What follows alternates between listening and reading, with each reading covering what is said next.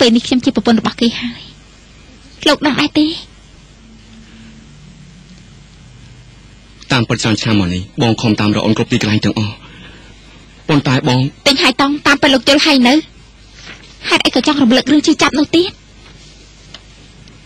នៅពេលដែលខ្ញុំត្រូវការលោកនោះតើលោកនៅកន្លែងណាលោកទៅចោលលោកបោះបង់ខ្ញុំចោលក៏ប៉ុន្តែពេលនេះខ្ញុំមានសំណាងល្អព្រោះខ្ញុំមានប្តីគេតែកំដរខ្ញុំហើយថែរក្សាខ្ញុំនៅពេលណាដែលខ្ញុំត្រូវការមនុស្សដែលស្រឡាញ់បារម្ភពីខ្ញុំនោះតើលោកដែរណាទេ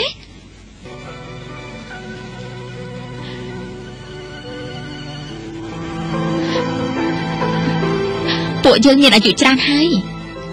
ខ្ញុំមិនមែនជាសិស្សប្អូនតូចកាលពីមុននោះទៀតទេហើយក៏មិនសង្ឃឹមថាលោកជាសិស្សច្បងធំកាលពីមុនដែរ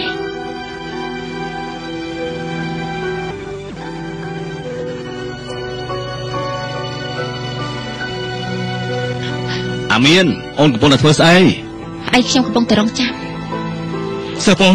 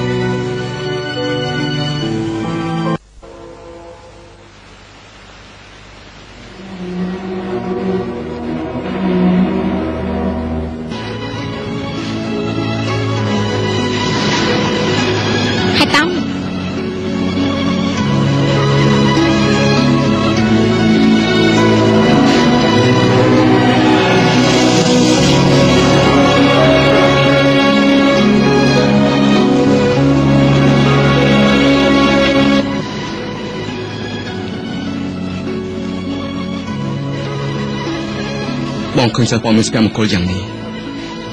បងពិតជាសប្បាយចិត្តណាស់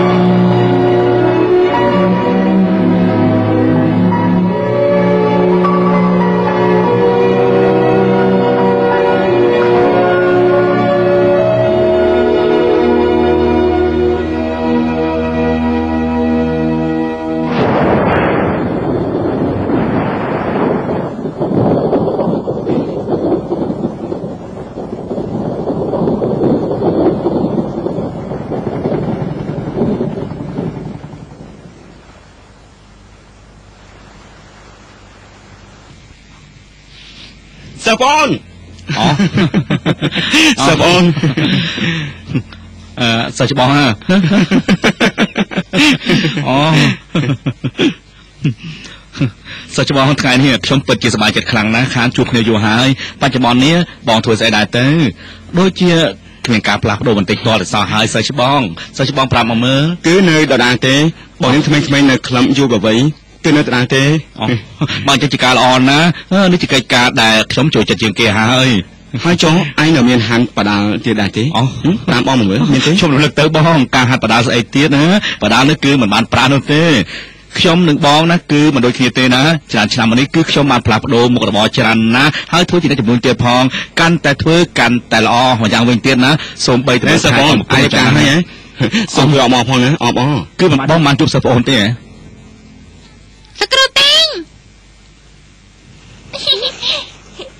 អេសៀវហើយមិនក៏ក្មួយមកនៅទីនេះគឺលោកប៉ាជាអ្នកអត់ខ្ញុំមកលោកប៉ាក៏ចង់ញ៉ាំការ៉េមសៀវហើយមកនេះយកលុយទៅទិញទៅអូណាមិនឲ្យយកប្រាក់អ្នកដទៃទេចាំប៉ាឲ្យទៅត្រូវប្រយ័ត្នផងណាបាទ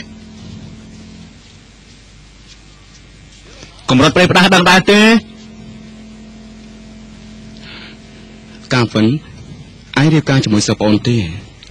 របស់បងចោលនោះគឺខ្ញុំជាអ្នកទទួលស្រង់យកទាំងអស់ច្រើនឆ្នាំមកនេះការប្រែប្រួលច្រើនណាស់ដឹងទេតាំងពីបងចាំងការប្រកួតមកនោះបន្ទាប់មកក៏បាត់ខ្លួនឯងទៀតហើយខ្ញុំក៏ជួយថែទាំប្អូនជំនួសបងទាំងអស់ទៅទាំងកូនទៀតថាម៉េចសៀវហើយគឺកូនរបស់បងនិងសិស្សប្អូនប៉ុន្មាន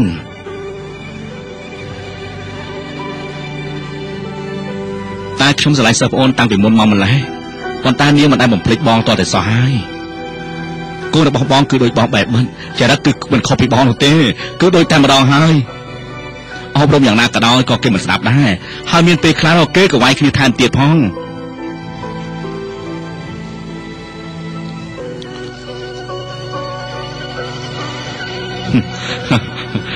ខ្ញុំគិតថាបងក៏មិនប្រមាថចិត្តទទួលការពិតនោះដែរ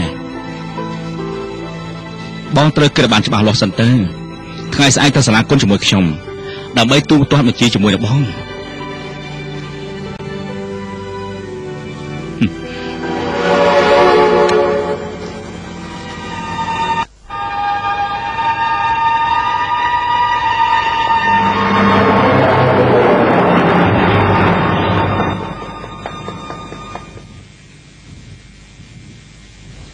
សៀវហើយគឺជាកូនរបស់បងជាមួយនឹងសិស្សប្អូន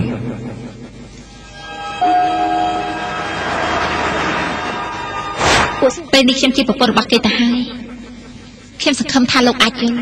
ពេលនេះការរស់នៅរបស់ខ្ញុំបានសប្បាយចិត្តណាស់ខ្ញុំមិនចង់ឲ្យមនុស្សដទៃមកបំបែកបំបាក់សុភមង្គលរបស់ខ្ញុំក្នុងពេលនេះទេ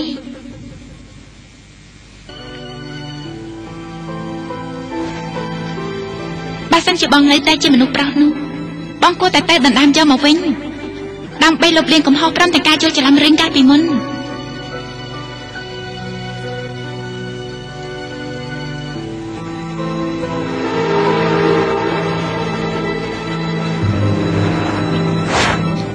នៅពេលដែលខ្ញុំត្រូវការមនុស្សដែលនៅក្បែរខ្លួនខ្ញុំនោះលោកណែណាបងត្រូវកែបានច្បាស់លាស់ណាស់ថ្ងៃស្អែកទៅសាលាគុណជាមួយខ្ញុំទូទាត់បញ្ជីចាស់ជាមួយបងបានជាសាលាបើសិនជាបងសម្រេចចិត្តពេលនេះនៅមិនទាន់ហួសពេលណាឡើយទេតែបើបងគេចខ្លួនយ៉ាងនេះនៅតែជាអ្នកបរាជ័យរហូត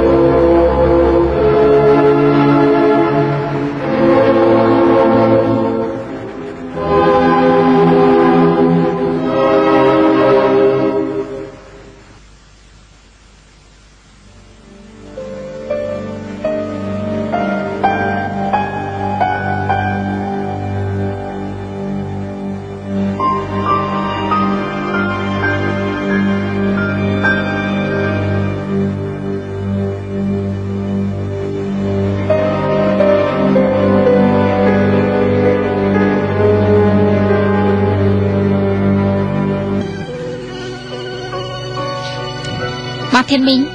ថ្ងៃស្អែកគឺពិធីជួបជុំអាណាព្យាបាលរបស់ស៊ីហើយអ្នកគ្រូចង់និយាយថាពួកយើងទៅជួបជុំគ្នានៅមានទៀតលោកប្រធានច័ន្ទបានទូរស័ព្ទមកថាឯកសាររៀបចំរួចហើយបោះចោះតលេខាឬក៏អូនបងបាននិយាយរួចហើយថាអូនចាត់ចែងខ្លួនឯងចុះបើសិនជាថ្ងៃនោះបងបានទៅទេអូនជាអ្នកសម្រេចចិត្តដល់ខ្លួនឯង